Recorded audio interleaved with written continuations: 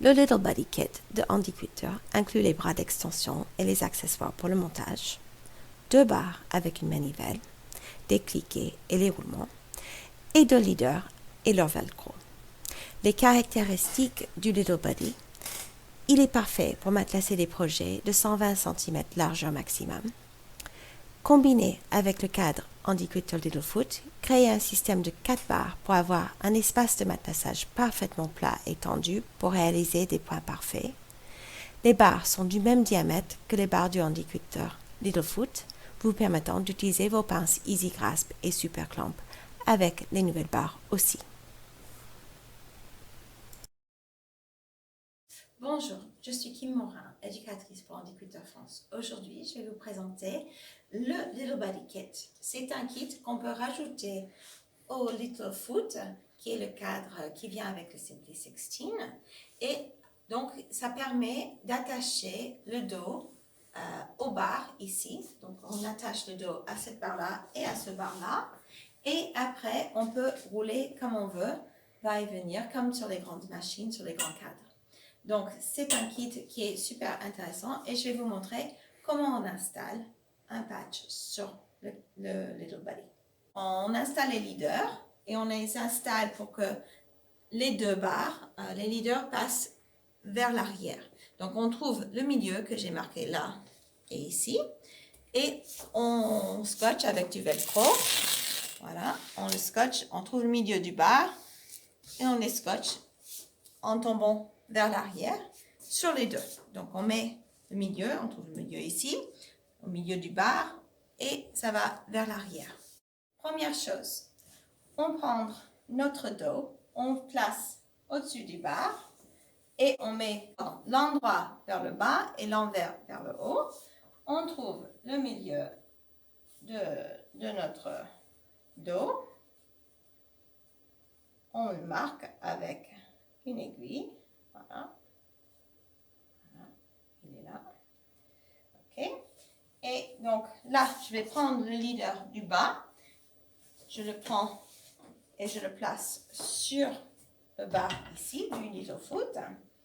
Je prends mon tissu et donc je prends le milieu que je viens de marquer ici.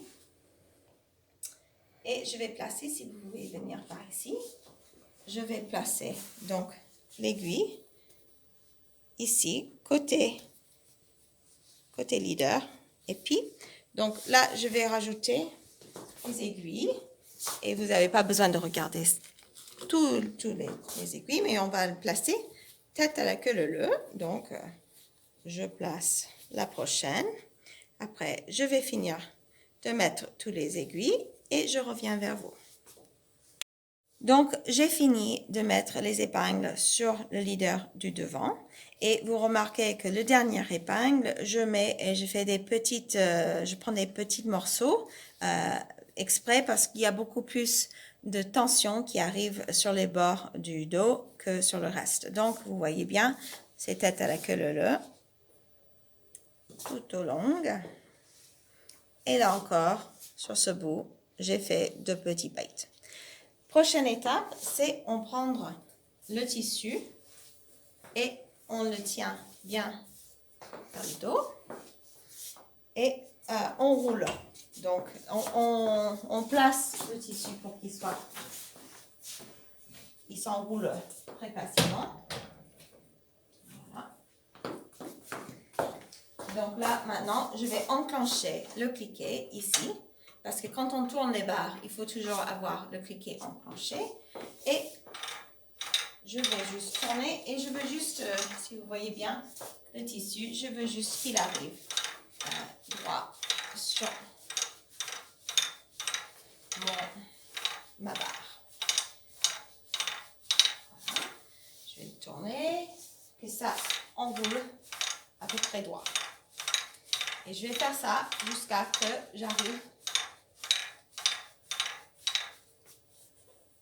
là à peu près.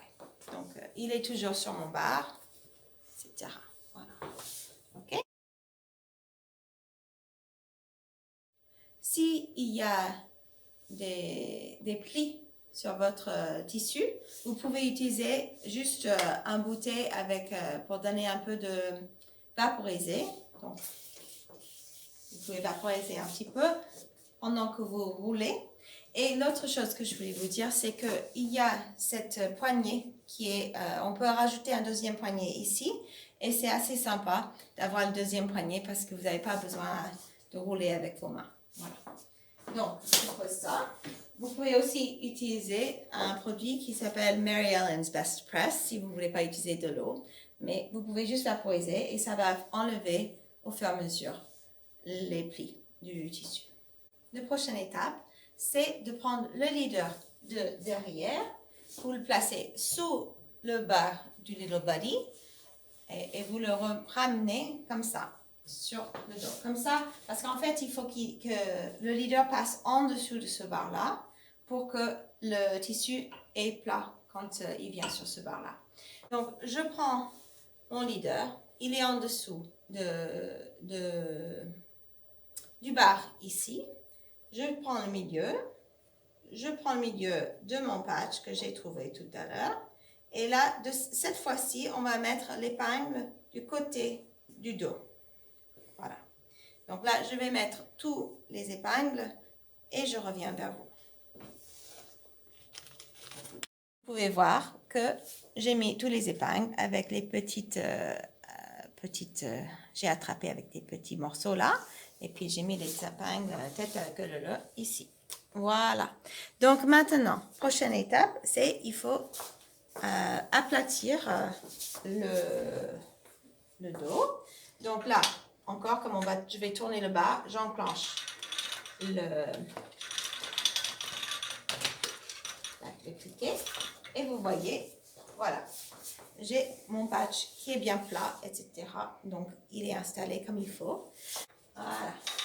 Donc, je finis avec les épingles. Si vous voulez venir juste ici, je laisse les épingles ici pour qu'ils soient en fait